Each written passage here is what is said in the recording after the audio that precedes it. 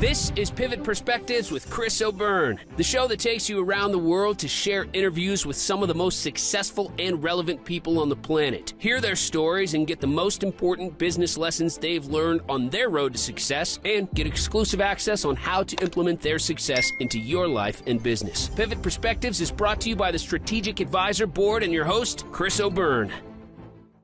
Mike Grady, welcome to the show. Hey, Chris. It's great to be with you. Thank you. A lot of things I want to dig into today, but I'd like to go back and start with your career in the Air Force because it was very successful. But first, I'd like to know what made you choose to go into the Air Force?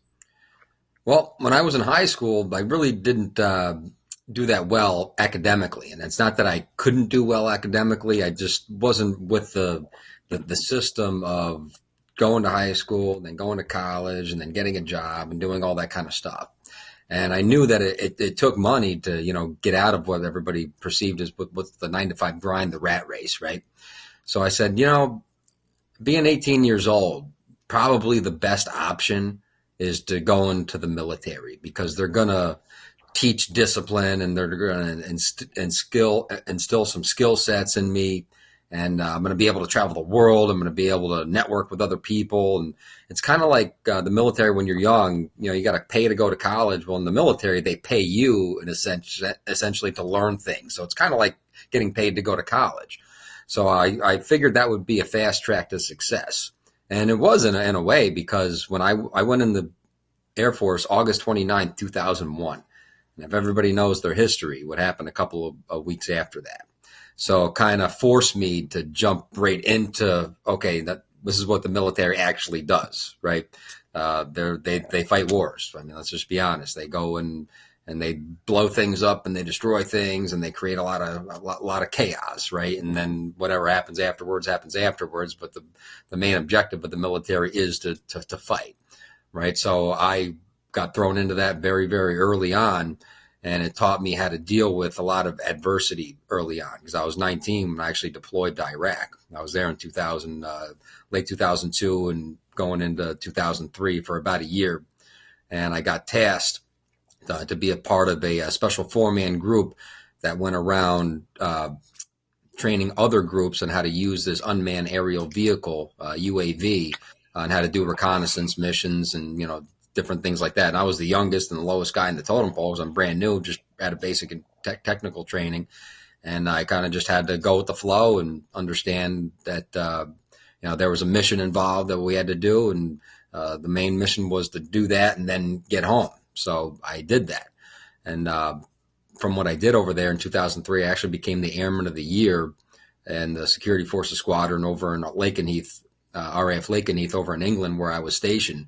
And I didn't even know I won all these awards and all these things that were going on. I was senior airman below the zone. That means you get rank before most people get it because they put in the special package for you, so you're able to get rank a little quicker. I won the Wing Airman of the Quarter for the entire base, and then I ended up winning Airman of the Year. And, all this great stuff was happening. And why I went in was really to accomplish – I didn't even know I was going to accomplish things like that. But I just knew that I needed to be somewhere that could have some sort of structure for me, and that's what I kind of liked about a lot the entrepreneurial world as well is that, even though in the free enterprise system, as we call it, there is a lot of structure and to become successful with it, you have to have a lot of structure and be organized. So that's really why I went into the military. And I take those skills and everything that I've learned from them back in the day to today and even beyond. Where I make my bed first thing in the morning. That's the first task of the day.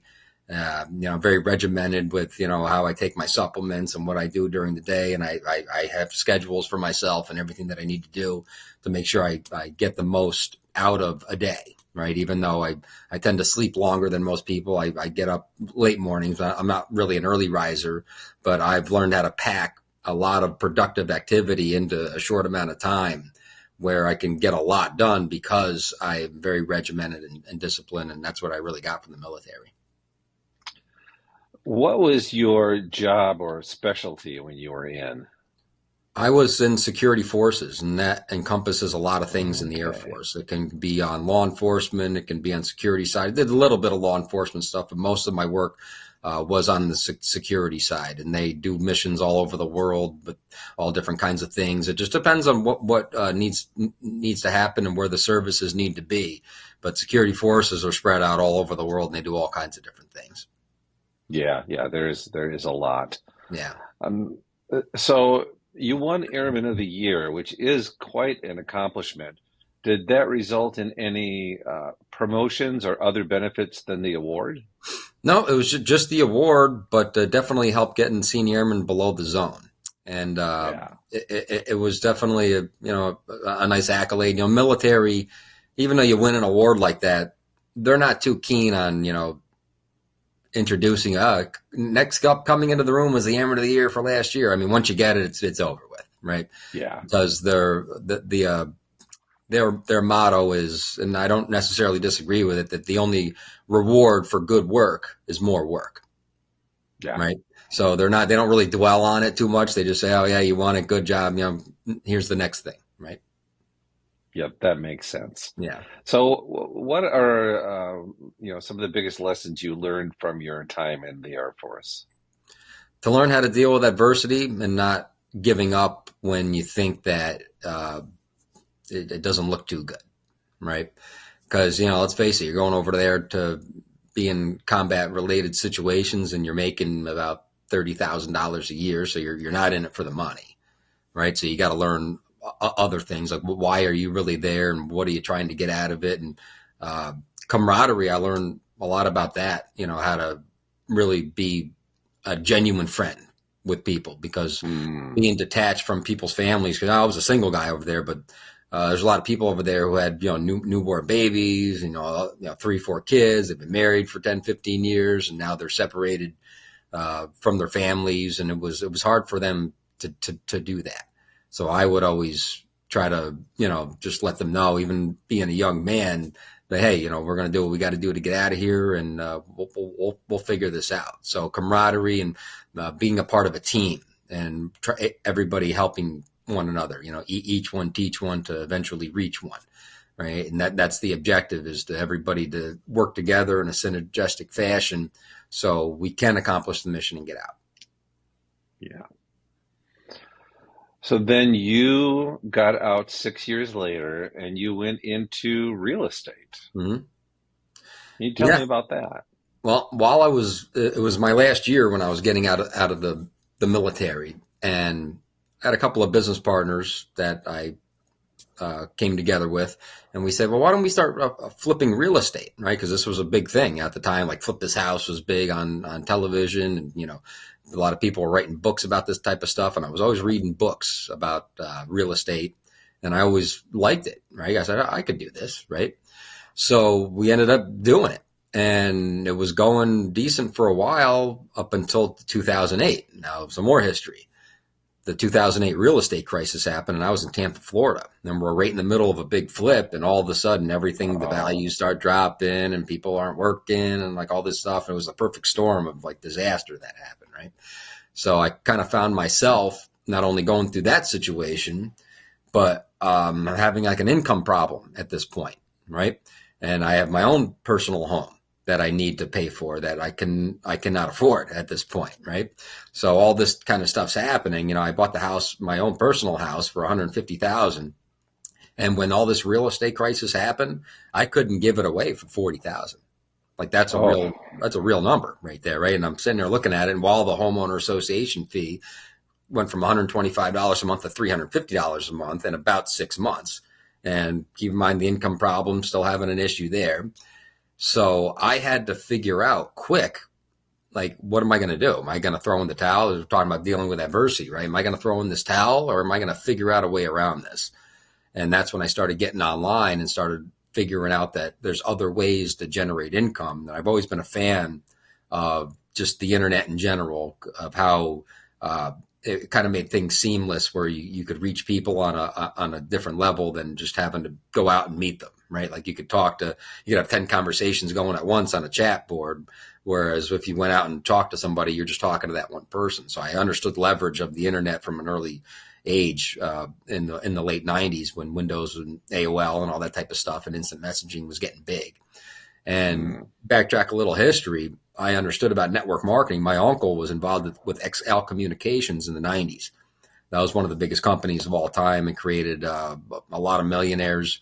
They had a great comp plan. It's when telecom got deregulated in the 90s and everybody was switching all their long distance plans and all that kind of stuff. And he was doing that. And I saw it when I was a teenager, and I would say, you know what, that this is an interesting business model. So you're saying all you got to do is talk. 5 people sign up here, and then they sign up a few people, and then they sign up a few, and all you're making how much a month? $600-700. This seems pretty good. It almost seems too good to be true, right? But with a little bit of research, you find out that it's not too good to be true. It actually is something that's true, right? So that real estate crisis was actually a blessing in disguise, because without that happening, I wouldn't have done the research to find out what internet marketing and affiliate marketing and network marketing was really all about. So then what did you choose as your first network marketing company? The first company I was in was a company called Max International, and they promoted a product called Max GXL. It was a supplement that I actually take to this day. It's really good. It's a glutathione enhancement supplement. So when you take the supplement, it's like the master antioxidant in your body's glutathione. And if you have high levels of that, your aging process, in a sense, slows down a little bit. That's the very short answer. There's like science and a bunch of medical, mumbo jumbo that a lot of people, and even me, doesn't really understand from time to time. But I've been taking it now. I just turned 41 years old, and everybody tells me I look pretty young and everything's been going good. So I've been taking that product since 2008. So I guess it's done something good. It's doing something. Yeah. And I know you're in more than one company now. So which companies are you in now? Yeah, I promote a lot of different companies because I learned the value of list building, marketing, and lead generation. Back in the day, go back to the 80s or 90s, if you're in Amway or Herbalife or Mary Kay or Avon or Tupperware, one of those, you wouldn't be associated with another company because that would be the brand. Like the company would want you to brand them. Well, I figured out when I started doing this that the really, really top people, they weren't branding any certain company. Like a few of them were here and there, but the main ones were branding themselves as people who could show people how to learn certain skills, right?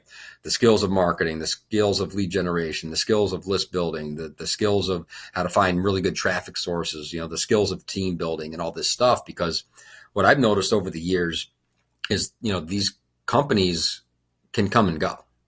So in other words, you could attach yourself to a company, brand that company, and then 2-3 years later, they decide to switch their compensation plan, or they decide to get out of net direct sales, or whatever the reason is. And then you're left with what? Now you got to explain to all these people that you brought in what happened here.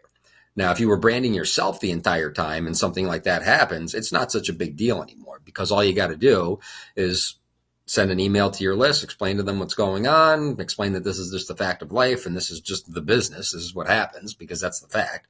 And you move on to the next thing.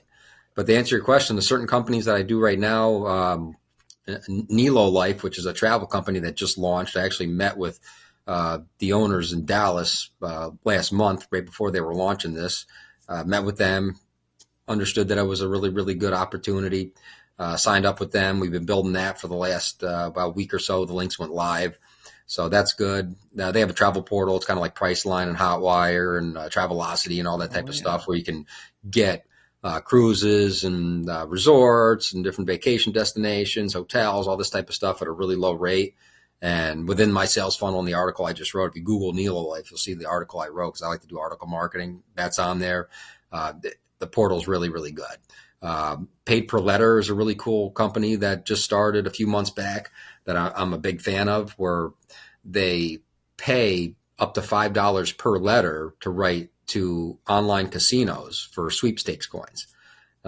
You can find out all the information. I wrote an article about that as well on my website at workwithgrady.com. You can see where it says Paid Per Letter. It's a review, and it talks about exactly what they do. And there's a sales funnel attached to that as well. I got a lot of people making a lot of money doing that and that company is cool because it doesn't require any recruiting. There's no sales involved. It's literally just writing the handwritten letters and sending them in, following the process that they train you on. And people are averaging about up to $50 to $75 an hour promoting that. just writing those letters, right? So that's pretty cool. I got Nexus Rewards is another company that I like. It's only $10 a month to be a part of it. And their main focus is not about much money you make, it's how much you keep. And they have a bunch of apps in their back office that show you how to keep money on stuff that you already purchase every day. You know, your gas, your groceries. They have a bill reduction service, which is cool. So if like you use their service and you're paying $200 a month for this certain bill and it gets dropped to $100, you'll pay that company 50% of what they saved you. So you're still up 50%, even though they saved you the 100 for the 200. That's just an example, but that's how it works. I promote the SoFi banking opportunity, which is really good. They promote, if you help promote new accounts for them, they'll pay you $100 every time you refer a new account to them. That's not a multi-level structure. It's just a straight up one-tier affiliate, but it's good because anybody I get into business, I recommend that they have a dedicated bank account to do business out of, right? It just makes things a lot easier. So anytime they set up a new bank account, they deposit $50 with a debit card, they receive a $25 bonus on top of their $50. And then I receive a $100 affiliate commission for that. So that's cool. And then another one I do is called Quicksilver, which is a gold and silver bullion company.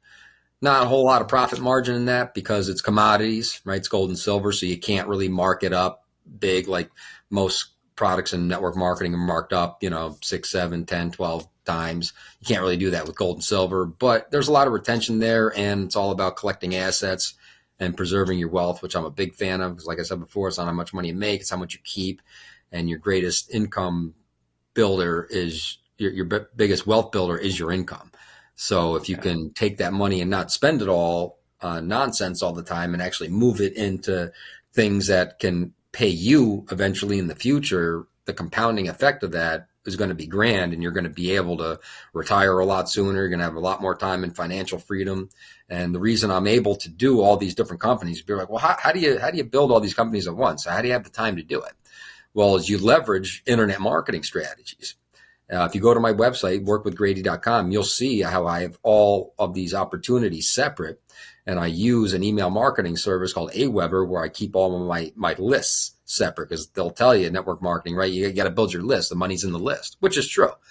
But you can have multiple lists and you can segment them inside of Aweber and just target what those people are looking for that opted in. So if they opted in through my Nilo Life funnel about travel, well, that's what I'm going to be talking to them about. I'm going to give them value about travel and show them testimonials of the travel portal and all that type of stuff, and show them I can help them generate leads and, more generic type of stuff like that. But as long as you keep it separate, and you can do that because I've been doing it for years. So you do network marketing and affiliate marketing. Mm-hmm. And you also provide some services. For example, you're a coach, and you provide on the marketing side of things. Do you provide the actual marketing pieces, or is it also more of a coaching consulting type of relationship? It's a symbiotic relationship of both because every sales funnel that I design, I share with my team. Now, there's interchangeable parts inside of those. So I can give you a sales funnel, but you're going to have to cut videos for yourself to brand you, and you're going to have to change some of the copy that's within the sales funnel. But when I build it, I give it out to my entire team, and then we do a lot of marketing, ad co-op buys where we'll buy traffic and all that other type of stuff. But my main focus is not just to give them that, but to teach them exactly how to build it themselves. So eventually they can just go off and start their own brand and do it that way. But I show them in the beginning exactly how to do it. Okay. Yeah. That is, no wonder you're so busy. So, but I imagine you have really good systems. So I'd like to dig in a little bit to list building, for example. What are some of your, let's just say, secrets for list building? Yeah, well, it's not a secret, and I do two things. There's two ways to do this. You got your free ways, and you got your paid ways. Now, the free ways take a little bit more time to build up, and the paid ways are obviously a lot quicker because what you don't have in time, you can replace with money, and vice versa, right? So my main thing is paid advertising. I like to buy traffic from people who already have buyers lists that are opportunity seekers, opportunity buyers. I've connected myself with some of the best, you call them like the traffic gods of the world, right? These are the people who have lists of millions of people, and they have built relationships with these lists, and they know what these lists are looking for. So when you give them your sales funnel, they know how to write the email to send to that list. And so let's say I want to get 1,000 clicks. Well, I'll give them X amount of dollars per click, and you can negotiate that on a lot of different platforms. And sometimes it's a set thing, but I'll get 1,000 clicks, and let's say my page is converting at 50%, which is pretty standard, right? About 40 to 50%. We use 50 as just an easy number. So I'm going to generate 500 leads from that paid advertising. That then people are going to end up on my email list immediately. They're going to put in their email for some sort of value that I'm going to give them. And certain people are going to buy right away. Now, most people aren't going to buy right away because it takes on average, what is it? They say about 5 to 8 follow-ups, before someone like makes a buying decision. Now, it can be a little less than that, or it could be a little more than that. I don't really focus on that part. I just focus on the process, not really the outcome. So now that they're on your email list, you got to follow up. And this is where your email follow-up campaign comes in too. And this is what I also share with my team members, because I'll write these long campaigns that'll last, a couple of months. And I'll just hand them over to new team members and say, all right, you just got to switch out your links and all this type of stuff. So that's a fast way to do it. The other way I do it is article marketing. Like if you were to go to Google right now, and I don't know if you could do this live on screen, but if you Google Nilo Life, I'm number 2 on the first page of Google right now with an article that I just wrote 2 days ago. So that is another way of generating higher quality leads, because someone that is going to find that is someone that actually Googled what we have to offer. And when they see the value in the article, and this is what marketing is, you got to provide value to the marketplace, right? You don't get paid by the hour in business. You get paid by the value you bring to the hour, right? So if you bring a lot of value to the hour in terms of an article and a blog, people are going to read it and they're going to click on the link there, and they're going to put in their information and they're going to sign up. This happens in paid per letter all the time. That article I wrote about that, I just had another sign up today come in. I don't know who they are, but I knew they came from that blog. It was one lead that came through and the one lead signed up. So that's 100% conversion rate today on that article. So those are the 2 ways I do it. And the article is a free way to do it. But I have over 300 of them now. So my blog is very well indexed on Google, and it just takes a little bit of time to build it up. But I can tell you it's well worth it, because you mentioned I'm not just network marketing, but I do affiliate marketing. And there's all types of affiliate marketing products. Like Aweber that I mentioned, the email marketing service, that's an affiliate program as well. And they pay about 30% per person that you refer to them, right? Just like the SoFi account, they're just referring, right? You refer something to them, they give you some money, as I think it should work. I mean, in my opinion, that's how all business should work, right? If I'm going to refer you a client, shouldn't you give that person that referred something? How many times have people referred a movie or referred a car or just anything out in the marketplace, And I said, well, did Paramount Pictures send you a check for referring that movie to that person? Well, they should. There should be an affiliate program for everything, because that's how the world works, right? Everything just goes round and round and round. And if everybody was getting a piece off of everything that they've ever referred, everybody would have a lot more money, right? Yeah.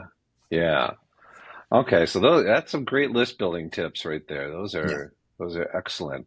So then list building, and then there's the email marketing, which is the next piece of that. And you talked a little bit. Do you have any tips on writing in a way that is engaging and does get people more interested? Yeah.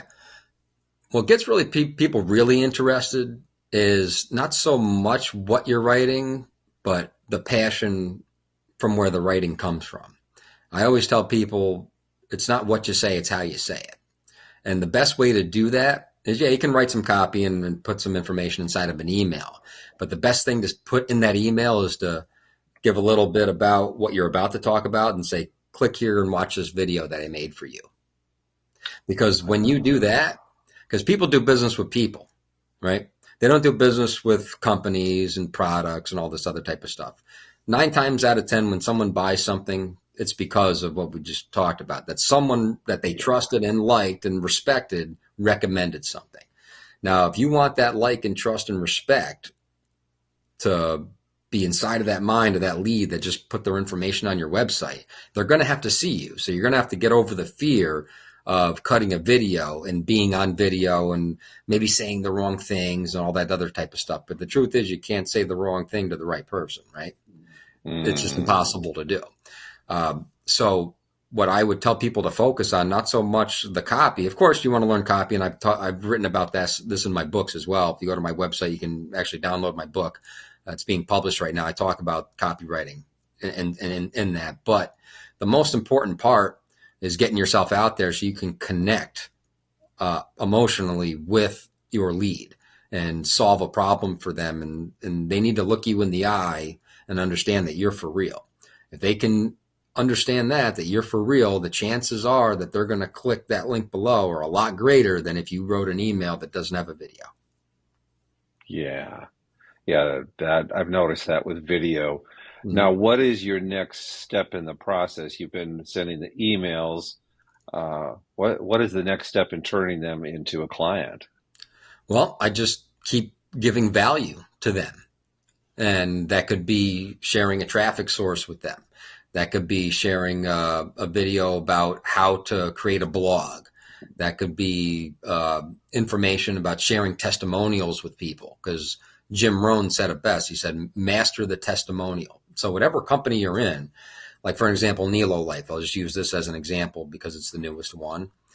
In our Facebook group, people have been posting all of their results by using the travel portal. They'll say, hey, I was, looking at I'm going to this resort in South Carolina, and, a Priceline had this price, and I just saved $542 this week. Well, screenshot that, right?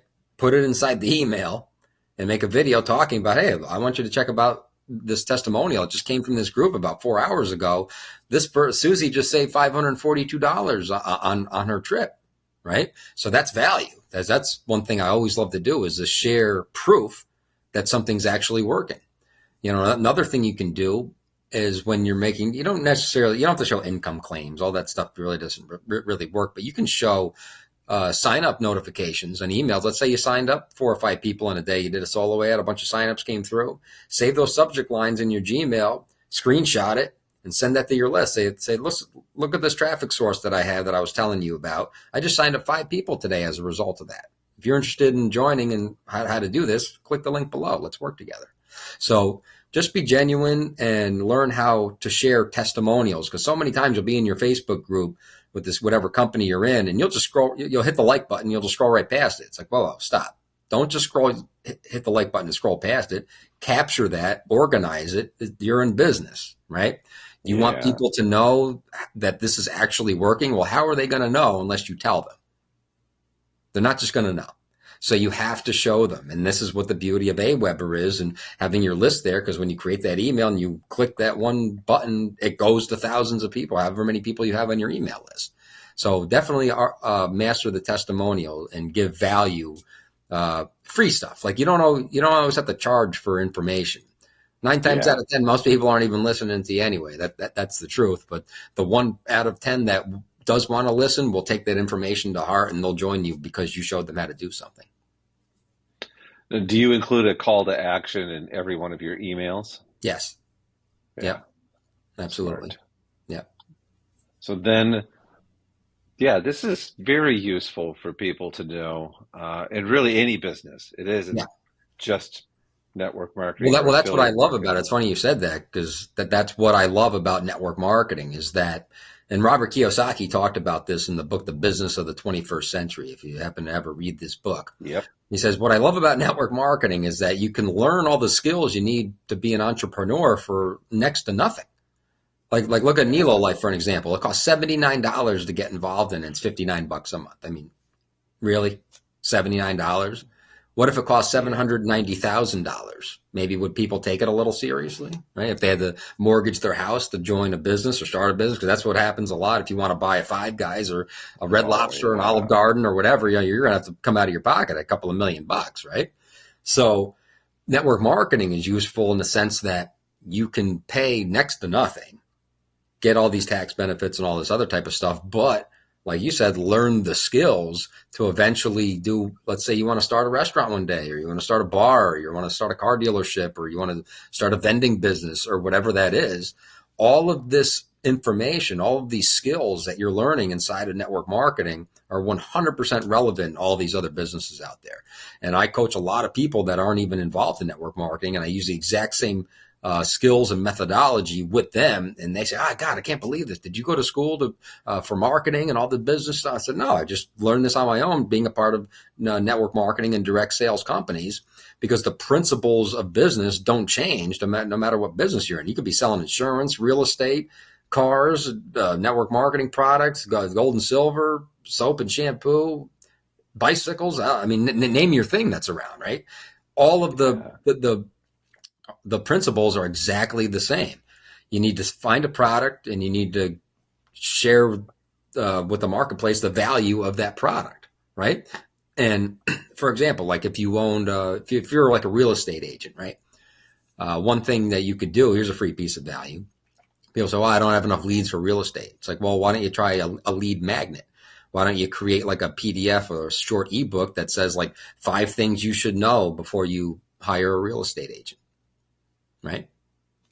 Yeah. If you did that and people enter their email address now to get that free value, now you're building your list. You see how it works? It's the same exact way. That is very useful. Now, you mentioned that you're working on a book. Why don't you tell me about that? Yeah, my book is actually I have, hold on one second. I have 2 of them. These are just in the binders right here. But this one right here is the Network Marketing Success Blueprint, your guide for thriving in a home-based business. This is the one that's being published right now. And then I have this one right here, which is the Affiliate Marketer's Handbook from Newbie to Pro. This one is the second one I'm going to be getting published, because that one covers more of like the how-to type of stuff when it comes to list building and traffic sources and how to build sales funnels, understanding what a capture page is, and how it goes to the bridge page, and then how it goes to the sales page. Because I'll give you your listeners another free tip here. Another thing people don't understand well, and this is why the separation is so great when it comes to income and internet marketing, is when people they have sales funnels, they have a capture page, and that's the page where you put your email on, and then they direct them right to the sales page, which is the page that people buy, right?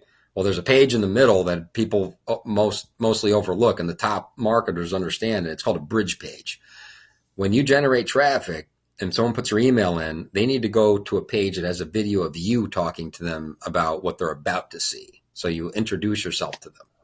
And just having that bridge page in there, and I talk about it in this book here in detail. And people that join my team, actually right now, I give them this book for free. I just email them the PDF because you can't get it anywhere. It's not on any website. This one right here is being published, and it'll be in the bookstores and Amazon and ebooks and all that kind of stuff. The publishers handle all that. That should be done in the next probably couple of months.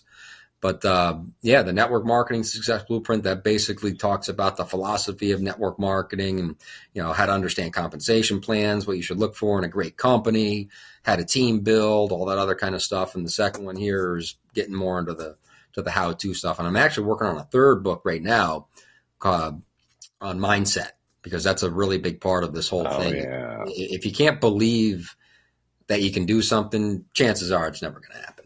Right. So that's where everything really starts. And that's going to be a really, really in-depth book. I've already been writing it for about 7 months now. It's probably going to take me another year to write it. I'm hopefully going to knock out a lot of that this summer. But that I'm really looking forward to writing that. It's more of a difficult book to write because there's a lot of science behind it about how, if anyone's ever studied Dr. Joe Dispenza or Jeffrey Combs or any of these guys, like the very high level thinkers of the world that understand the brain in ways that, they understand why you do what you do, like how you actually make decisions, how the thought processes work and all that stuff. So I'm trying to write that in a really simple way for people to understand so they're not so overwhelmed by it. Yeah, there is a lot of high knowledge in that area. Yeah. So curious, what software do you use for building your sales funnels? I like to do Aweber. Within the Oh, email marketing software, they have a feature in there where you can build sales funnels. And I don't know if a lot of people don't know that, but yeah, it's all included in your $30 a month. So it's a really good deal. Now, we also build custom sales funnels for large teams and different network marketing or organizations and just different people out there that have brands and stuff. So if they're looking for higher level stuff that can be duplicated amongst thousands of people, we can do stuff like that as well. okay, excellent. Yeah. Um, I'm curious, since you have so much experience and success in marketing, what is your marketing plan for your book? It's going to be really the same thing. The publisher has a strategy for that because they have the connections with all the major bookstores and all the major online realtors when it comes to books. Ah, So I'm kind of tapping into their list to do that. But I'm also going to do the same thing that I do with anything else. I'm going to build a campaign. I'll build an email autoresponder campaign, and I'll drive some traffic to that, and just give value and break down different sections of the book and give those away for free, and that'll hopefully drive sales of the book. So I'll probably just keep it real simple like that. who's your publisher? It is, let me see, I had it written down. Fulton Publishing is doing the book. They're like a Oh, hybrid okay. company. Yeah. Yeah, excellent. So now you do coaching. Mhm. What makes somebody an ideal coachee for you? If somebody wants to understand and has a problem with getting out of their own way and not understanding why they do what they do and trying to understand the mind body connection to the events that shape their feelings and the reason and the cause that creates the effect of why they do what they do, if they need to break through for that, that's what I help them do. And it's not a one session deal or even a 2 or 5 or 10 session deal. I've had many clients that I've coached for years now, because one thing I've learned over the years is the breakthrough happens in different ways for different people at different times. Some people can come in 60 and 90 days and understand it and get it, and boom, they're off to the races. Other people might take a year, it might take 2 years to understand it, because there's a lot of, uh, let's just say, early childhood traumas that affect why people do what they do, or in this case, don't do what they know they're supposed to do. There's a lot of inhibitors within their mind, a lot of limiting beliefs that get developed when they're younger to them when they become adults, and they haven't learned the skill of letting go, that they're not able to take action because they haven't let go. Letting go is not a quality, it's a skill. And the best way to learn how to let go is just to do it over and over. It's a continuous process. Everybody is an Mm, addict to one extent to another. An addict always wants a little more. They always have an excuse. They're always validating, justifying, and explaining themselves. If you find yourself doing this type of thing, yes, you are an addict, and you need to learn how to let go to get where you need to be to accomplish the goals that you know you need to accomplish. And they're not always monetary goals. It could be having a better yeah. relationship with your child, or a better relationship with your spouse, or, not hating your job so much and just practicing gratitude on a whole nother level, where you open up yourself to different blessings that can come in different areas. But if you're not letting go, you're never going to get those blessings. So people that I coach, that's what I show them how to do. And it's a long process. That's why it's not a cheap process either, because it takes a while to do. And it's only really reserved for the people that, uh, sort of like Alcoholics Anonymous. They say it doesn't work unless you want it to work and you agree that you have a problem and now you're doing something about it. I can't just Yeah. walk up to someone and start coaching them. It doesn't work that way, because they have to want it first. It's a two-way street. It's not just me doing it and beating them over the head like in the military. I'm not going to be like a drill sergeant just yelling and screaming at you. It's going to be a real conversation that's going to develop into a real relationship of trust, where they can tell me certain things that they wouldn't tell most people, and then I can give them advice accordingly on how to learn how to breathe and release and let go of those emotions that hinder their action. So, what are some parting words of wisdom that you can give? You have to believe in yourself that you can do whatever you want to do. Now, You have to have a reason why you're doing what you're doing. If your reason is money, you're not going to make it. It has to be bigger than money. It has to be bigger than, well, I just want to help people and I love helping people and all this type of stuff. Well, help people do what? What are you helping them to do? Because the fact of the matter is you can't help anybody until you help yourself. Until you get right up here and create real results, you're in no position to try to tell anybody else to do that. So my advice for everybody is to do the self-work, the inner work that needs to be done. And everybody knows what that is to one extent to another, because everybody's a little bit different, but we're all a little bit the same at the same time. We all have to deal with that.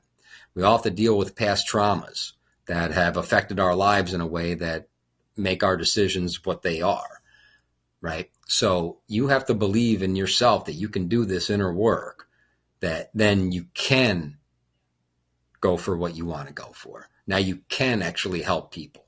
Now you can actually coach that baseball team. Now you can actually do whatever. You want to sell houses. You want to do all these other things. But it starts with inside you. And until you figure that out, you're going to be stuck. But luckily, you don't have to be stuck, because there's people like myself out here in this world, right? There's people all over the world that are trying to help everybody do this. You don't have to work with everybody. You don't have to be friends with everybody. Just find a few people around you that have the same belief systems as you do, that you can like and that you can trust and that you can believe in, and then you can go to the top just like anybody else. Because believe me, I've been there. I've been broke. I went through personal foreclosure in my house, like I talked about earlier, going through the real estate crisis. I know what it's like to have $10 in my bank account. So no, it wasn't easy for me. Some people, oh, that's easy for you to say. No, it's not easy for me to say. Mm-hmm. It's easier to do than say, because you just have to take action to get yourself out of those situations. That's exactly what I did. And that's what you can do too. So that's all you have to do is believe in yourself and then take action. And don't believe any of the naysayers that are out there, that, you know, the dream stealers that are going to tell you, well, you don't need to do that and just be happy with what you got and blah, blah, blah, blah, blah. No, whatever you really, truly believe in your soul, you can go out and get it. So those would be my parting words. That was great advice. So if someone goes to your website, workwithgrady.com, what's in it for them?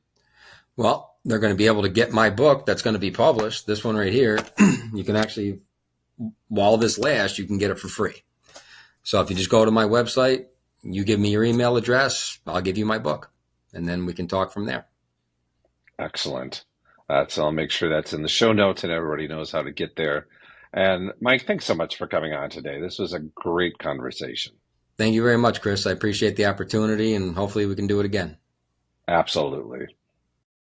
Thanks for listening to Pivot Perspectives with your host, Chris O'Byrne. Please leave your feedback and visit strategicadvisorboard.com to get the latest and greatest business advice on the planet. Follow us on social media for updates, and we will see you on the next episode.